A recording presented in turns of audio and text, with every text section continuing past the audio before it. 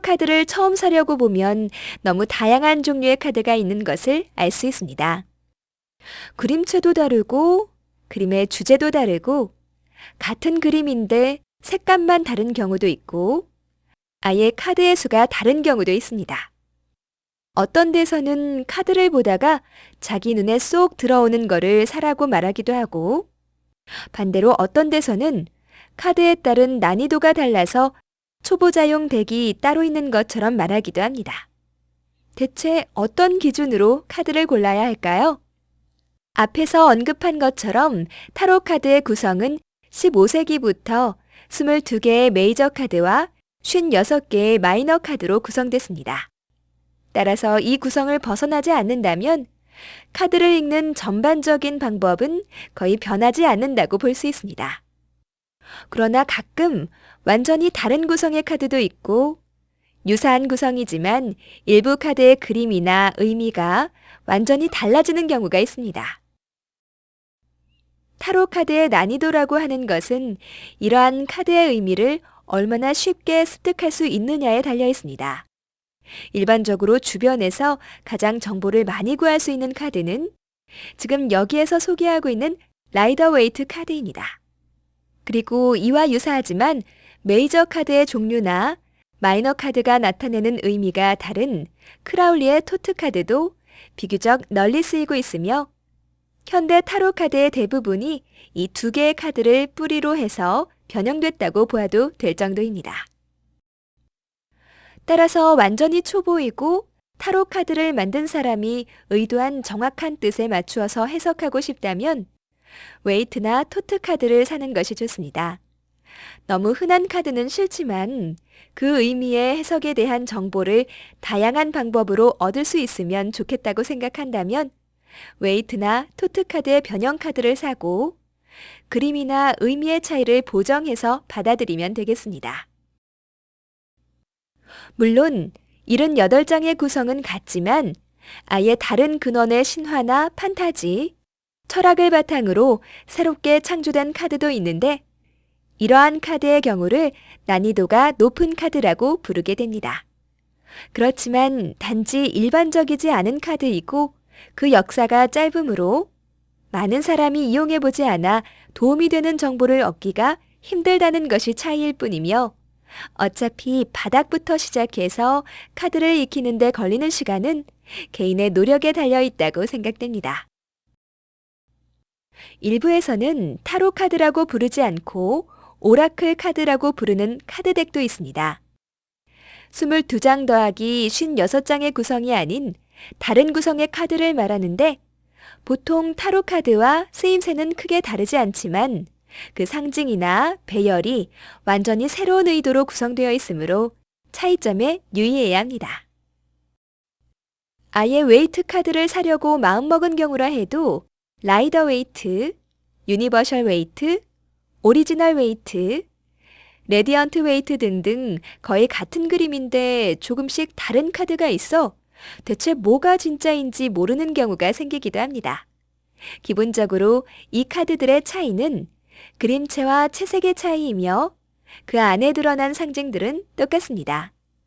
카드의 출판사에서 다양한 사람의 취향을 반영하기 위해서 너무 원색에 가까운 라이더 웨이트를 얇은 선과 부드러운 그라데이션을 가진 유니버셜 웨이트로 그려내었고 아예 1900년대 초기 버전의 느낌을 주기 위해서 약간은 칙칙한 색감의 오리지널 웨이트를 만들기도 하였으며 유니버셜보다 더 입체적이고 진한 색감을 이용한 레디언트 웨이트와 녹색과 보라색이 가미된 알바노 웨이트 등의 서로 다른 버전을 만들어내기도 하였으나 그 의미는 같으니 단순히 마음에 드는 그림체의 카드를 고르면 됩니다.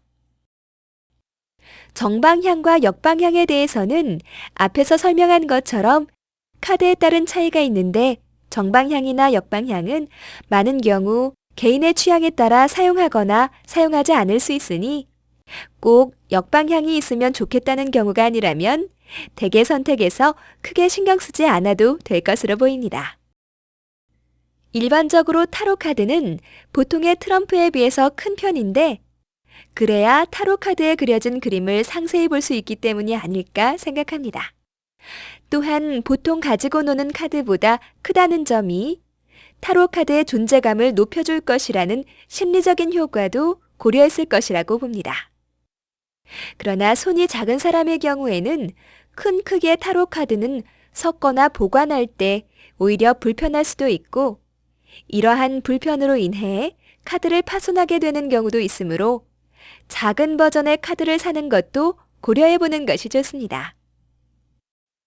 정상적인 경로를 통해서 구매하는 타로 카드라면 일정 수준을 만족하는 재질을 가지고 있을 테니 플라스틱이니 종이니 하는 재질에 너무 신경을 쓸 필요는 없습니다. 그러나 종이의 질에 따라서 쉽게 갈라지거나 휘어지고 구겨지는 경우가 생기기도 하고 빨리 색이 바래는 경우도 있고 카드를 다룰 때 촉감이 서로 다르기도 하므로 약간은 알아보고 기본적인 수준이 되는 재질이라면 나머지는 개인의 취향에 따라서 선택하면 되겠습니다. 타로 카드를 구하는 경로는 인터넷이 일반적이고 일부 오프라인 매장을 운영하는 곳도 있는데 가끔은 동네 문구점에서도 파는 경우가 있습니다. 당연한 말이지만 오래된 앤티크 스토어에서 유서 깊은 타로를 사는 것이 아닌 한 카드를 사는 곳은 크게 상관이 없습니다.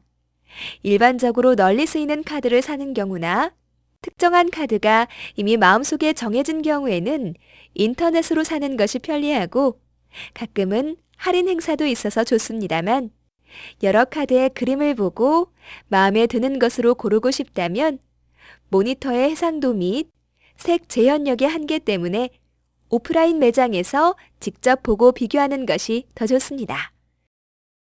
요즘은 타로 카드를 살 때 프로텍터, 스프레드 천, 보관함이나 주머니 등의 액세서리를 함께 사는 경우가 많이 있는 것 같습니다. 프로텍터는 타로 카드에 손때가 묻지 않도록 카드 한 장 한 장에 비닐을 씌워 놓는 것을 말하는데 프로텍터를 씌우게 되면 카드를 섞거나 다루기가 조금 힘들어지는 경향이 있기 때문에 개인의 취향에 따라 결정하도록 합니다. 프로텍터는 당연히 카드의 크기에 꼭 맞는 것으로 사야 합니다. 프로텍터를 씌울 때에는 카드의 정방향과 역방향을 고려해서 씌우는 것이 좋은데 이 비닐은 한쪽이 카드를 넣을 수 있게 뚫려 있기 때문에 비닐의 방향만 보아도 정방향인지 역방향인지 알 수 있는 문제를 피하려면 카드의 반은 정방향으로, 반은 역방향으로 집어넣는 것이 좋습니다. 스프레드 천은 분위기를 내기에도 좋지만 카드를 내려놓을 공간을 깨끗하게 유지할 수 있다는 점에서 그리고 약간 폭신한 두께가 있는 바닥에 카드를 내려놓음으로써 카드를 집을 때 카드를 구기거나 옆면에 상처가 나는 것을 줄여준다는 점에서 효과가 있습니다. 스프레드 천의 색깔은 일반적으로 진한 색을 사용해서 그 위에 올라간 카드에 시선이 집중되게 하는데 타로 카드 뒷면의 색깔과 잘 어울리는 색으로 선택하면 더욱 좋을 것입니다.